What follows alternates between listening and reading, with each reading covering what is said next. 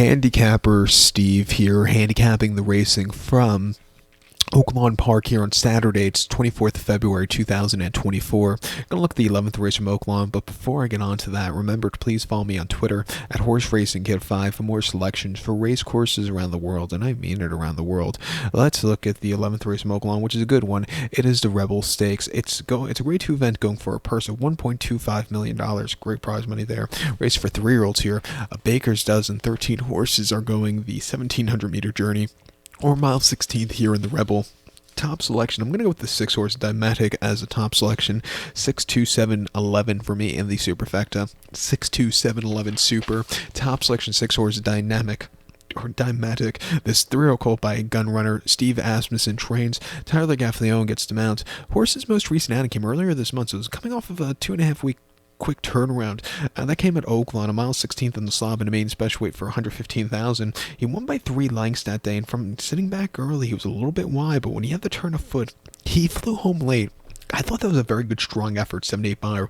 I like off of a maiden win, getting blinkers on, which I think should concentrate the horse.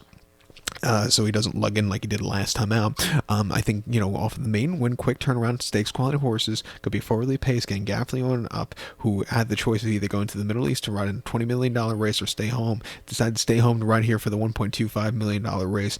I think this horse has a live chance of getting into the board and winning the race. 2 back at Oaklawn, Fairgrounds right before Christmas, a mile 16th in the main special weight, $55,000. He finished third by 2 3/4 lengths that day and was just very wide. He needs something more, but he didn't go down without a fight. I thought he showed potential there. And then a Churchill debut over the 7 in the main special weight. He finished 6th by 7.5 lengths that day. He had a very wide trip. He had to steady a few times. He just wasn't concentrated. That race, he really needed the blinkers. I like that he's getting blinkers on. He's training well since the last race. I'll give him a shot here on the ticket at 8-1. I think the 2-horse Northern Flame for Julian Leperoux and Kevin McPeak could get the job done.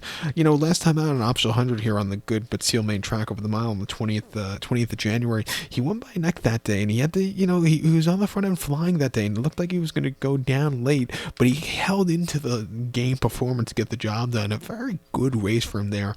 Prior to that, in early December over the mile here in Optional 80, he finished 4th by 9 1/4 lengths that day, and he basically lost all chance at the beginning because he didn't get out of the gate clearly. He stumbled out of it. He gained a little bit late, but he needs to break there.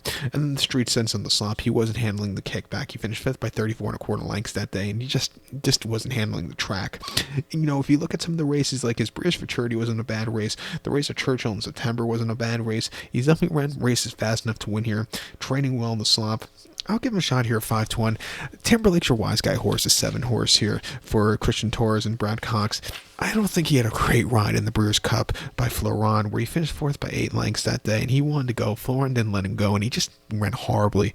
Prior to them, on a sloppy going at Aqueduct in the Champagne over the mile, he won by 4 1/4 lengths, beating home the eventual Brewers Cup winner Fierceness. He was wide, but he flew home late from a tracking trip. His hopeful, he got beat by a horse who just ran, probably the race of his life that day. This horse just, wasn't really getting into it. He just kind of yielded late. But if coming to this race being a little bit forwardly paced, I think he could get the job done at 6-5.